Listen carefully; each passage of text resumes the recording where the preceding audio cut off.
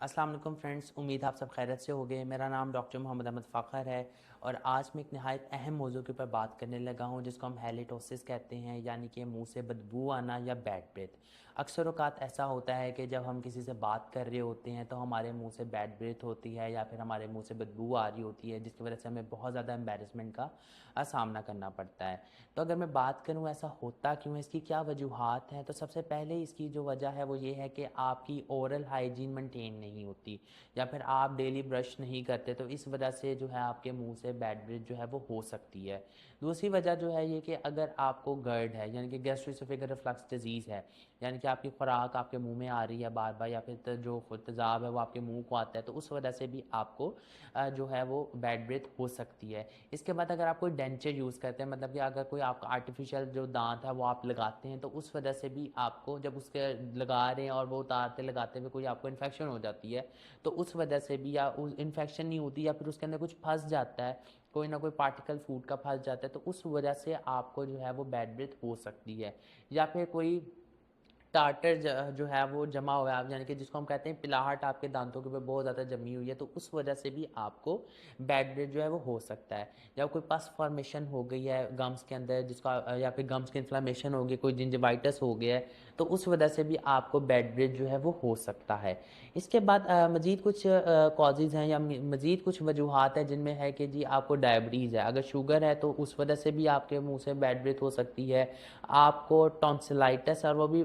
उसमें पस पड़ी हो, जिसको हम कहते हैं एक्यूट फॉलिकुलर टॉन्सिलाइटिस भी है या सुपरेटिव टॉन्सिलाइटिस है, तो उस वजह से भी आपको जो है वो पस की वजह से आपको बैड ब्रेथ जो है वो हो सकता है। और इसी तरह मज़ीद ये कि जी अगर आप कोई मेडिकेशन यूज़ करें, ख़ासकर डायरेटिक यूज़ करें, तो उस वजह से भी आपको बैड ब्रेथ हो सकता है। या कोई इन्फेक्शन डेवलप हुई है, कोई बैक्टीरिया है और बैक्टीरिया जब वो आप मौजूद है तो उस वजह से वो सल्फेट जो है वो सल्फर रिलीज़ करता है, तो देन उसकी वजह से भी आपके मुंह से जो है वो बदबू आ रही होती है।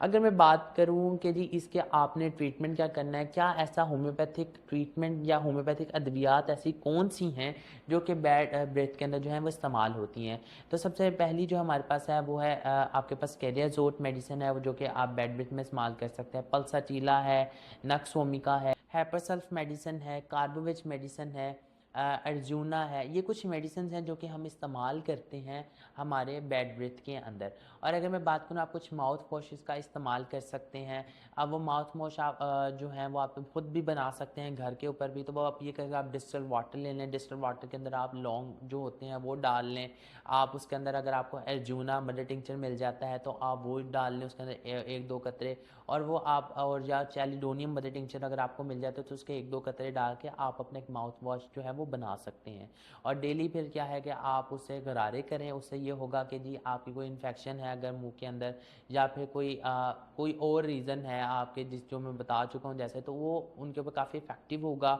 और जिस वजह से कि जी आपके मुंह से जो स्मेल है वो नहीं आएगी। आप ये कर सकते हैं साल में जी कि आप डेंटल फ्लॉस का इस्तेमाल करें, आप ब्रश करें 2 टाइम्स अ डे, यानी कि आप सुबह टाइम ब्रश करें और रात को सोने से पहले ब्रश करें। वैसे ज़रूरी तो यही है कि रात सोते हुए तो ज़रूर ही ब्रश करें, क्योंकि आपने रात को जो भी खाना खाया होता है तो वो अच्छी तरह से दांतों से उसको साफ़ करें ताकि